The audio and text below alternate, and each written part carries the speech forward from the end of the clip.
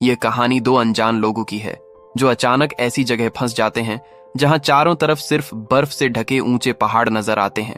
वहां से निकलने का कोई सीधा रास्ता नहीं होता। ऐसे में सवाल ये उठता है कि ये दोनों वहां से बचेंगे कैसे, इतनी सर्दी में खुद को जिंदा कैसे रखेंगे और इस मुश्किल सफर के दौरान इनके बीच क्या क्या होता है। आइए इस कहानी को शुरू से समझते हैं। कहानी की शुरुआत एक खूबसूरत लड़की से होती है जिसका नाम एलेक्स है।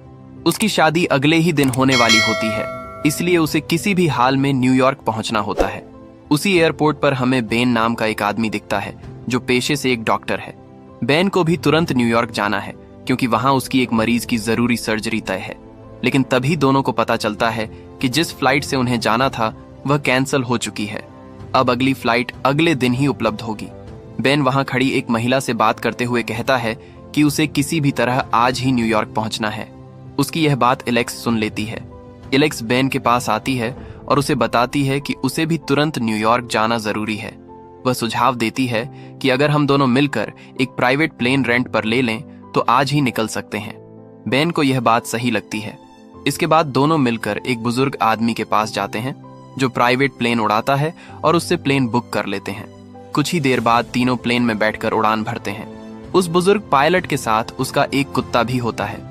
शुरुआत में सब कुछ ठीक चलता है, लेकिन अचानक उड़ान के दौरान पायलट की तबीयत खराब होने लगती है। यह देखकर बेन तुरंत उसकी मदद के लिए आगे आता है, मगर तब तक काफी देर हो चुकी होती है। पायलट प्लेन को संभाल नहीं पाता और विमान एक ऊंचे बर्फीले पहाड़ से टकरा जाता है। जोरदार टक्कर के साथ प्लेन क्रैश हो जाता है। इस हादसे में पायलट की मौके पर ही मौत हो जाती है, जबकि बेन, एलेक्स और कुत्ता किसी तरह जान बचा लेते हैं। हालांकि तीनों बुरी तरह घायल हो जाते हैं। क्रैश के बाद बेन बाहर निकलकर आसपास देखने की कोशिश करता है। वह जोर जोर से आवाज लगाता है, लेकिन दूर दूर तक कोई इंसान नजर नहीं आता। चारों तरफ सिर्फ सफेद बर्फ और ऊंचे पहाड़ दिखाई देते हैं। बेन पायलट के शव को बाहर निकालता है और उसे बर्फ में दफना देता है। इधर एलेक्स अभी भी बेहोशी की हालत में होती है। बेन उसके जख्मों की सफाई करता है और पट्टी बांधता है। ठंड बहुत ज्यादा होती है, इसलिए दोनों वहीं आग जलाकर थोड़ी देर आराम करने का फैसला करते हैं। अगले दिन बेन आसमान में एक प्लेन को उड़ते हुए देखता है। वह तुरंत फ्लेयर गन चलाकर संकेत देने की कोशिश करता है ताकि किसी को उनकी मौजूदगी का पता चल सके, लेकिन प्लेन काफी ऊंचाई पर होता है और बिना रुके आगे निकल जाता है। एलेक्स बेहद परेशान हो जाती है क्योंकि उसी दिन उसकी शादी होनी थी और उसे नहीं पता कि वहां क्या हो रहा होगा। सबसे बड़ी परेशानी यह होती है कि दोनों ने किसी को भी यह नहीं बताया था कि वे प्राइवेट प्लेन से यात्रा कर रहे हैं। बेन एलेक्स को समझाता है कि अब वे पूरी तरह फंस चुके हैं। उसका मोबाइल टूट चुका होता है और बेन के फोन में नेटवर्क नहीं आ रहा होता। इस पर एलेक्स कहती है कि ऐसे बैठकर इंतजार करना सही नहीं है क्योंकि उनके पास खाने का सामान भी लिमिटेड है। एलेक्स का मानना होता है कि उन्हें खुद रास्ता ढूंढने की कोशिश करनी चाहिए, लेकिन बेन उसे समझाता है कि बाहर ठंड बहुत ज्यादा है और इस हालत में बाहर जाना खतरे से खाली नहीं है, इसलिए बेहतर होगा कि वे यहीं रहकर किसी मदद का इंतजार करें। कुछ दिन तक दोनों वहीं रहकर मदद का इंतजार करते हैं, लेकिन 4 से 5 दिन बीत जाने के बाद भी कोई नहीं आता। तब एलेक्स साफ कह देती है कि अगर वे यूं ही बैठे रहे तो बिना कोशिश किए ही उनकी जान चली जाएगी। उसकी बात सुनकर बेन मान जाता है, लेकिन एलेक्स की हालत देखते हुए उसे वहीं रुकने को कहता है। बेन अकेले ही बाहर निकलकर आसपास का रास्ता देखने का फैसला करता है। बेन काफी दूर तक चलता है, लेकिन हर तरफ सिर्फ बर्फीले पहाड़ नजर आते हैं। थक कर वह वापस लौटने लगता है। तभी अचानक उसका पैर फिसल जाता है और वह तेजी से नीचे की ओर लुढ़कने लगता है। नीचे एक गहरी खाई होती है, लेकिन किस्मत से कुछ पत्थरों में फंसकर वह गिरने से बच जाता है। उधर दूसरी तरफ हम एलेक्स को देखते हैं जो बेन के मोबाइल में मौजूद कुछ रिकॉर्डिंग सुन रही होती है।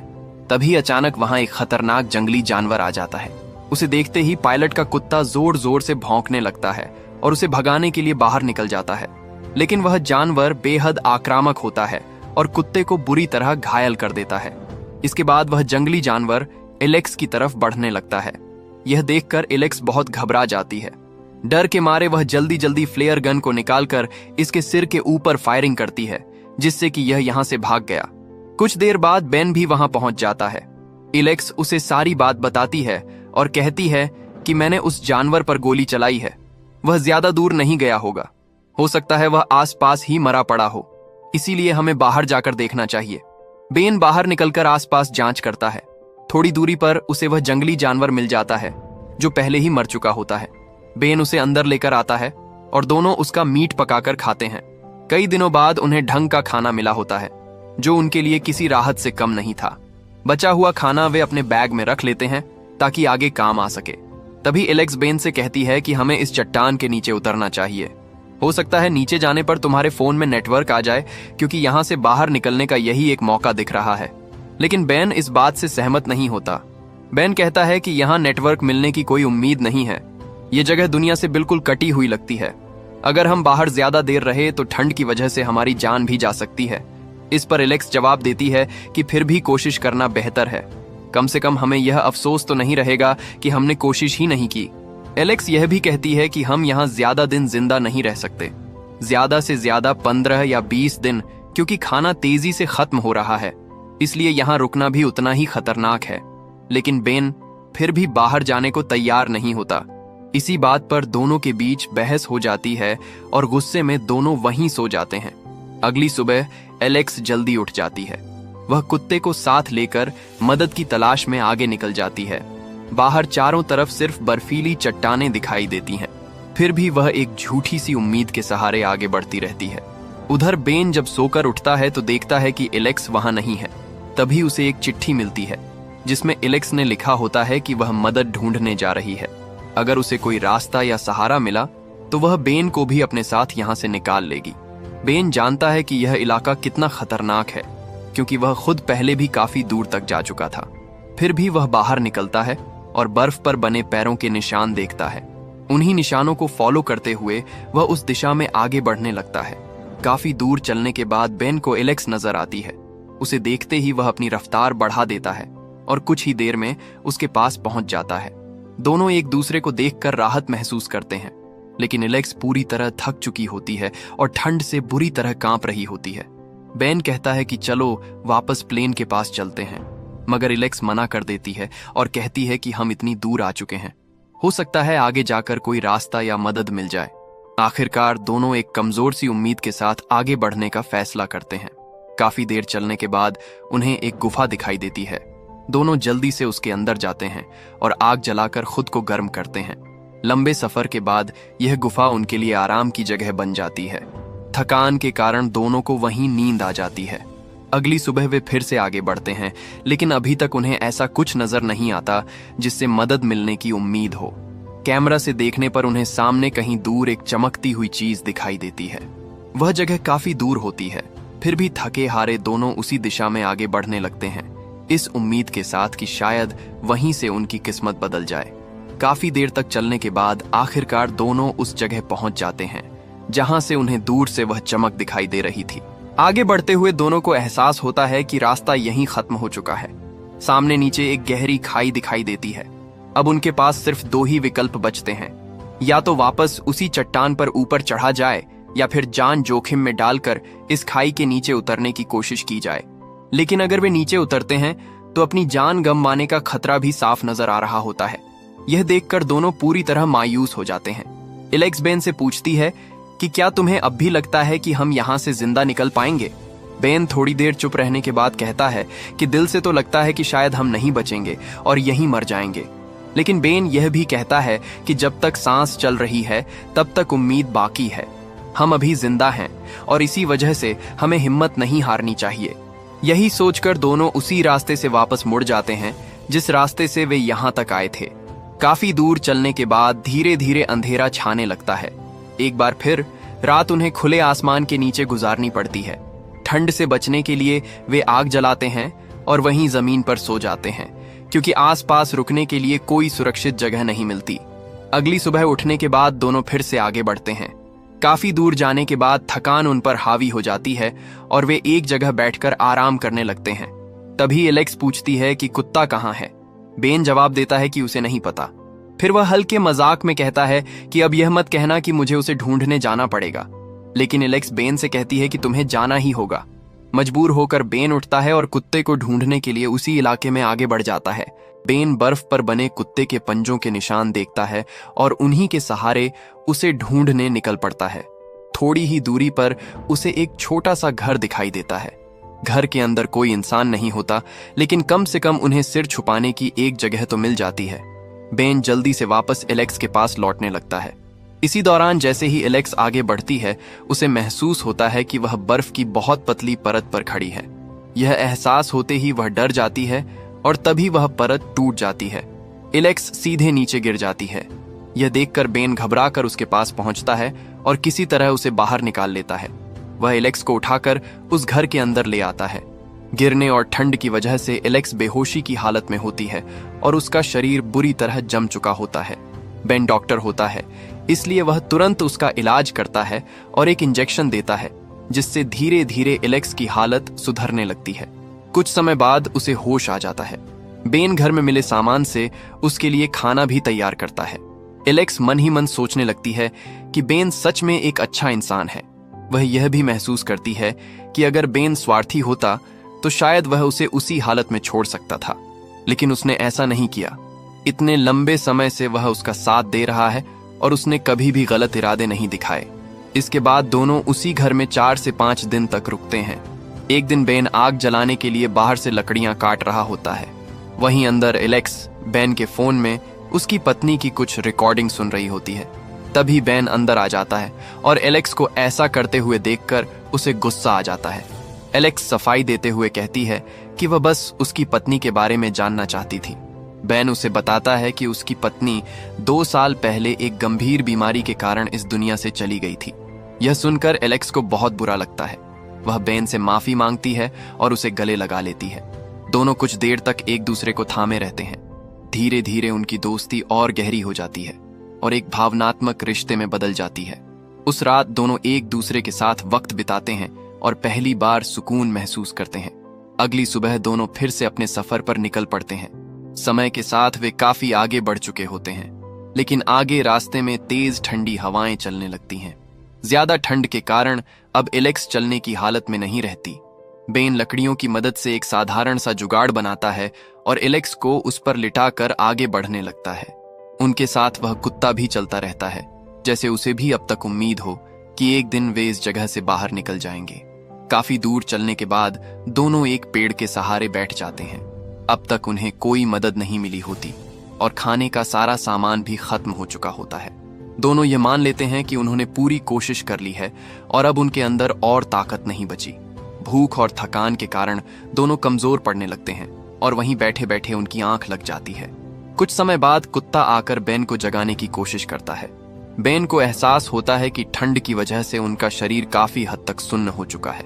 वह उठने की कोशिश करता है और फिसलते हुए नीचे गिरने लगता है, लेकिन किसी तरह खुद को संभाल लेता है। कुत्ता बेन को अपने साथ थोड़ी दूरी पर ले जाता है। वहां से बेन देखता है कि दूर कहीं एक फैक्ट्री जैसी इमारत नजर आ रही है। ये देखते ही उसके अंदर नई उम्मीद जाग जाती है। बेन तुरंत एलेक्स के पास लौटता है और उसे उठकर आगे चलने के लिए कहता है, क्योंकि शायद यही उनकी आखिरी उम्मीद हो सकती है। कई दिनों की परेशानी के बाद आखिरकार दोनों को यहां से निकलने की एक नई उम्मीद नजर आने लगती है। दोनों के चेहरे पर लंबे समय बाद हल्की सी मुस्कान दिखाई देती है। आखिरी ताकत जुटाकर वे आगे बढ़ते हैं। तभी अचानक बेन का पैर जमीन में लगे एक ट्रैप में फंस जाता है। ट्रैप लगते ही बेन दर्द से कराह उठता है। एलेक्स तुरंत उसके पास पहुंचती है और उसका पैर छुड़ाने की कोशिश करती है, लेकिन ट्रैप टस से मस नहीं होता। दर्द बढ़ता जा रहा होता है। तब बेन एलेक्स से कहता है कि तुम यहां से निकलो और किसी भी तरह मदद लेकर आओ। थकी हारी और भूख से कमजोर एलेक्स किसी तरह आगे बढ़ती है और काफी देर बाद एक सड़क तक पहुंच जाती है। तभी सामने से एक बड़ा ट्रक आता हुआ दिखाई देता है। एलेक्स जानबूझकर ट्रक के सामने खड़ी हो जाती है ताकि वह रुक जाए, लेकिन कमजोरी इतनी ज्यादा होती है कि एलेक्स वहीं गिरकर बेहोश हो जाती है। ट्रक ड्राइवर तुरंत गाड़ी रोकता है और मदद के लिए आगे आता है। इसके बाद सीन कट होता है और हम दोनों को अस्पताल में देखते हैं। कुछ समय बाद बेन एलेक्स के कमरे में आता है। दोनों एक दूसरे को देखकर मुस्कुराते हैं और हल्की फुल्की बातें करते हैं। तभी वहां एलेक्स का मंगेतर आ जाता है, जिससे उसकी शादी होने वाली होती है। एलेक्स साफ शब्दों में कहती है कि अगर बेन मेरे साथ नहीं होता तो मैं जिंदा नहीं बच पाती। यह सुनकर वह आदमी बेन का दिल से शुक्रिया अदा करता है। उस पल बेन समझ जाता है कि उनका सफर यहीं खत्म हो जाता है। बेन जानता है कि एलेक्स की जिंदगी अलग रास्ते पर है और उसकी जिंदगी अलग। दोनों के दिल भारी होते हैं। दोनों एक दूसरे को पसंद करते हैं, लेकिन हालात ऐसे होते हैं कि वे कुछ कह नहीं पाते। बेन चुपचाप वहां से चला जाता है। दिन गुजरते जाते हैं। समय के साथ बेन पूरी तरह अपने काम में डूब जाता है। जो कुत्ता था अब वही बेन के साथ रहने लगता है। उधर एलेक्स की शादी तय हो चुकी होती है। वह बेन को कई बार कॉल करती है और मैसेज भी भेजती है, लेकिन बेन किसी भी कॉल या मैसेज का जवाब नहीं देता। वह जानता है कि अब एलेक्स की जिंदगी एक अलग रास्ते पर आगे बढ़ चुकी है। लेकिन सब कुछ तब बदल जाता है जब एलेक्स बेन को एक फोटो भेजती है। वह फोटो उसी वक्त की होती है जब दोनों बर्फीले पहाड़ों में फंसे हुए थे। उस तस्वीर को देखते ही बेन खुद को रोक नहीं पाता और एलेक्स को कॉल कर देता है। इसके बाद दोनों एक रेस्टोरेंट में मिलने का फैसला करते हैं। मुलाकात के दौरान बेन एलेक्स को बताता है कि अब वह सर्जरी नहीं करता। ठंड में फंसने के कारण उसकी उंगलियां काफी हद तक खराब हो चुकी होती हैं। इसी वजह से वह अब ऑपरेशन करने की हालत में नहीं है। फिलहाल वह एक ट्रॉमा सेंटर में कंसल्टेंट के तौर पर काम कर रहा होता है। बेन यह भी साफ करता है कि उसने एलेक्स की कॉल इसलिए नहीं उठाई क्योंकि उसकी शादी हो चुकी है। वह नहीं चाहता था कि उसकी शादीशुदा जिंदगी में कोई भी परेशानी आए। इस पर एलेक्स उसे बताती है कि अब वह अपने घर के पास ही बच्चों को पढ़ाती है।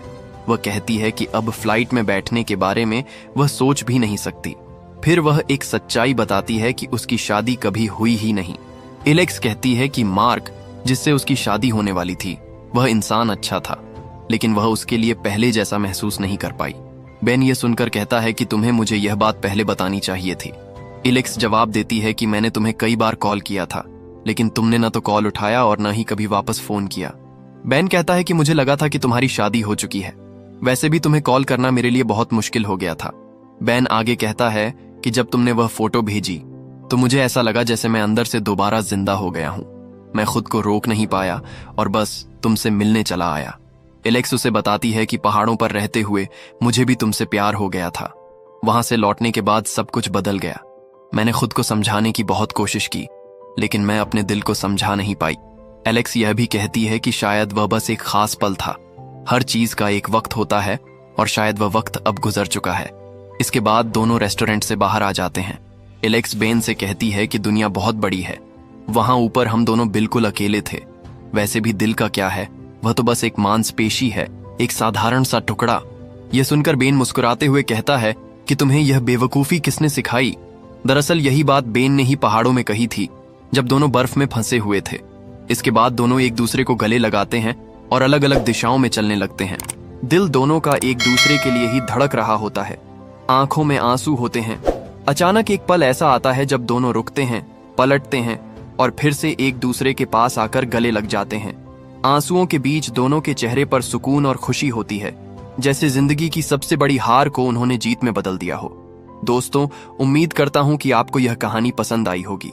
अगर कहानी अच्छी लगी हो तो चैनल को सब्सक्राइब जरूर करें और जब आपने वीडियो पूरा देख ही लिया है तो वीडियो को लाइक करना भी मत भूलिए। अब आप मुझे बताइए, अगर आप ऐसी किसी सिचुएशन में फंस जाते तो आप क्या करते? नीचे कमेंट में अपनी राय जरूर लिखें।